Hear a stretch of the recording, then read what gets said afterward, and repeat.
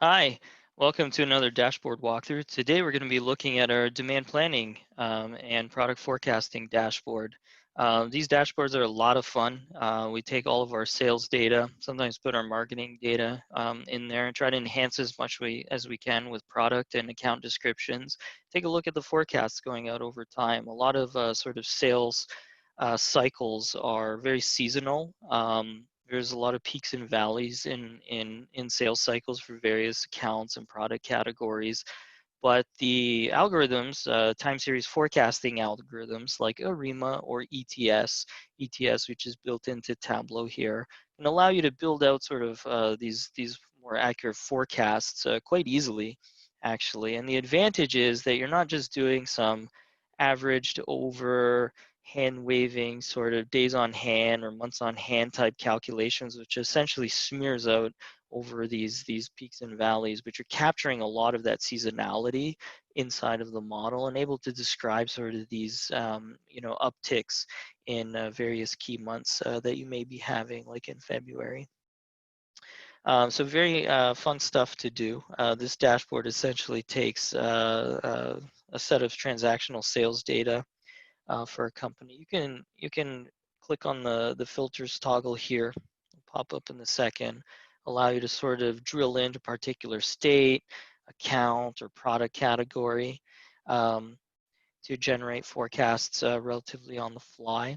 We can use the dashboard elements to sort of do that. So for example, if I take a look at my top accounts and I'm kind of looking at what I have here and I want to take a look at forecast out for Meyer, specifically, I could just select Meyer and the rest of the dashboard will adjust accordingly and build my sort of forecasted sales and costs out for the next coming, 12 to 16 months going into the 2020 time period.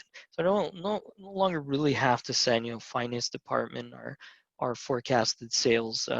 Essentially, if I'm an account manager or product manager, this dashboard allows you to use the point and click functionality to generate forecasts on the fly for accounts or for particular product categories quite easily, right? So that's a lot of the fun. And you can see that these sort of patterns that the models are capturing are not simple. There's some complexity. There's a lot of peaks and valleys, and the models are able to sort of both describe the trends and the seasonalities involved, and that's always a lot of fun.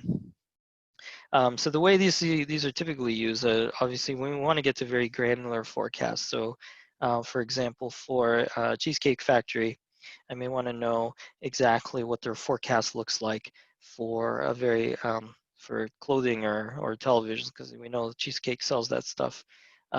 So let's take a look at one of the product categories that they sell, and for very like for it could generate very granular forecasts for an account product sort of mixture quite easily, and it becomes relatively sort of painless to sort of see what your sales forecasts and costs trends are. So very easy and functional dashboards to use and make some of the demand planning process come to life and facilitate discussions around, well, what are the next 6 to 12 months going to look like for this account, for this product. We've seen these types of dashboards be used in sort of business review, business planning meetings, and it sort of adds another way to enhance the discussion around what traditionally would be sort of just a bunch of pivot tables in Excel generated by some demand planning software. Makes it come to life, and we hope you enjoyed this. We'll see you in the next one.